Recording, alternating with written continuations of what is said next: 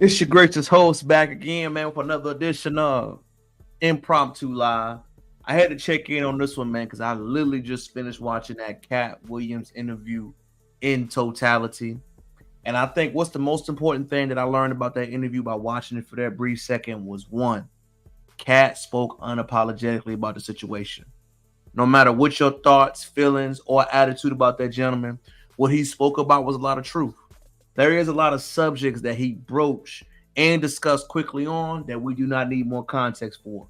Number one, when Dr. Curry, Mr. Curry already had his show that he mentioned early on in the stream, Steve Harvey literally made the same exact show, copying the same exact imagery by being a principal at a high school, literally doing the same thing that Mr. Curry already had going. Number two, when he brought up points about people speaking on him, he reminds me of Drake in a way.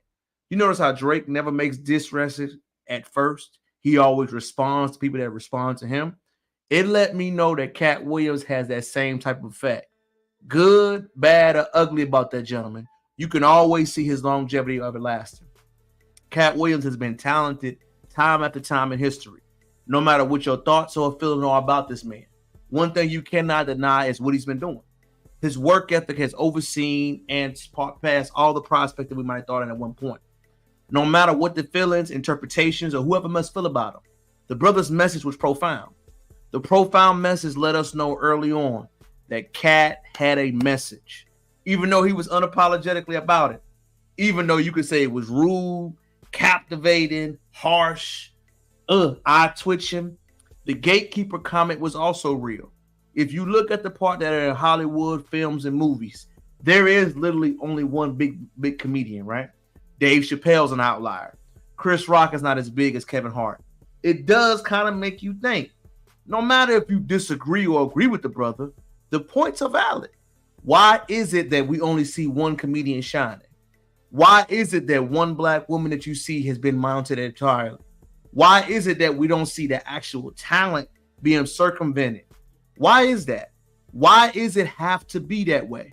No matter what you feel about what Katt said, no matter if you like him as a person, no matter how you feel about that individual, can we acknowledge that the brother has some points? Can we acknowledge that Katt brought things that to the forefront that have not been discussed? Can you acknowledge that work ethic is not enough? It's not historically. Work ethic is not going to get you through the tough and the hard times. You literally have to have an olive branch. You literally have to have a backing. The number 2 point that I thought Katt brought up was tremendous was the Kevin Hart point. He did come out of nowhere, right? Kevin Hart literally had his first film. Soon as he got to Hollywood, he has literally stayed at the top of the spotlight, even though none of his specials have really been that great. Let's keep it real. He had some turmoil and other things in his life, but he has still been at the top peak. I'm not saying that 2 plus 2 ain't 4, but man, it does make you think, why has he been given the benefit of a doubt over a lot of people? Why has he stayed above the fray in a lot of different ways that a lot of other black authors and comedians have no idea how he does that? I'm not saying that everything that Katt said does make you think, but it does make you think about those stories we see time after time again. The number 3 point that he brought up that was truly inspirational.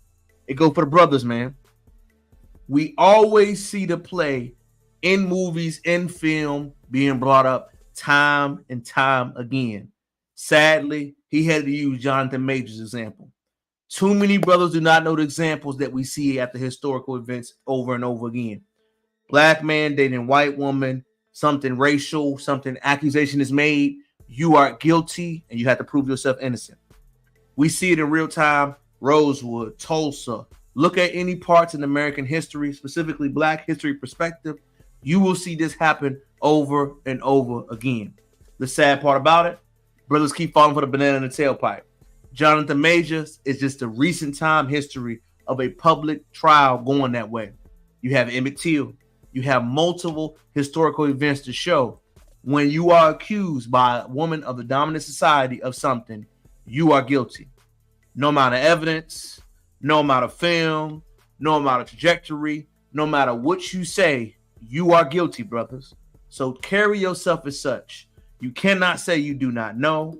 You cannot say that you did not have a plan going forward. You cannot say it was unintentional. None of them excuses can be valid. You must understand everything that you're going for at this moment in time will be held against you. And many men need to understand and hear this theory. It's not a theory, y'all. We see it over and over and over again. This brother was running away from him. I love the point that he brought up about his features. Big nose, big chisel guy. When have they ever been a hunk of Hollywood? They haven't.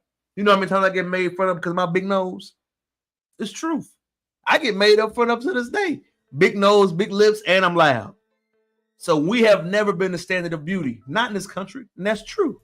So no matter what you thought about it, he spoke on multiple valid perspectives over and over again. Man, not only do you need to watch the video, watch it in totality to hear the points. The Ricky Smiley point was valid.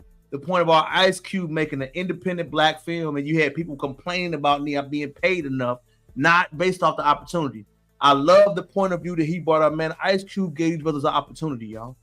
Ice Cube invested his own money in a film that is a timeless classic. Friday Until This Day is a Black American timeless classic film. And the people that were in that film complained about not getting paid properly from a man that made independent films. Can we give our credit and tip our hat to Ice Cube for constantly being the innovator above his time? In the words of Katt Williams, what he said, the brother put his own money up to make sure I got exposure, to make sure other artists and other people around him blow up. As much as we prop up other people, the Oprahs, the Tyler Perry of the world, ain't nobody put on more people as Ice Cube. That's a fact. Ice Cube has 10 people under him that he has made big. When he mentioned that point, name me anybody in Tyler Perry Studios that rivals him. Name me anybody that he has thrown up and that's been bigger since he's placed his hand on them. I can't name one. We know who TP is, the billionaire, we get it, owner. Name me anybody else that's on the Oprah that's a black or Tyler Perry that has been as bigger. No, they take the talent, they use the talent, and they use it for their own benefit. It is very little time where they give somebody else the juice to spark, to show, to build up, and to display. As much as we want to talk bad about, 50 Cent has given more opportunities to people in that point of view than we have. I'm just here for the perspective, y'all. I advise you to listen to stuff in totality so you can listen, hear, and obtain the information. But a lot of the point he mentioned was so phenomenal and so compound. Remember, your critics will always critique you, but your work ethic, what you do in the meantime, and how hard you working will succeed it all. He mentioned Faison Love, how he's constantly been critical. Where's his work? Where's the ethic? Where's the work in the shows that's being displayed? He mentioned Cedric the Entertainer. Where's the work? Where's the effort? Where's the things being displayed? Forget the tone of message, y'all. I know a lot of the time we get caught up on his tone, the way he said it. I understand the tone may not be as polished as we mostly would like, but listen to the message. Good, bad, or indifferent, harsh, critical, or whatever. If what he said is the truth, it doesn't matter what the barrier said or how it landed. Listen to understand and to gain the information. The Katt Williams interview on Club Shay Shay, I will put it up there as a classic. Shannon Sharp is a phenomenal interviewer. One, he lets you talk. For two, he lets the message enhance. And for three, he asks building and momentum questions. You listen to understand and you gain to understand the momentum. This is my short live because I wanted to break down a short and controversial topic. Hopefully you come back again for the channel. I want to come in briefly and quickly because this topic is hot off the presses. This Katt Williams interview remain fire, y'all. Make sure you keep logging the information. Give your own take. What you see with Katt and how this industry will keep going hot fire. Until next time, it's your boy. Checking out. Peace.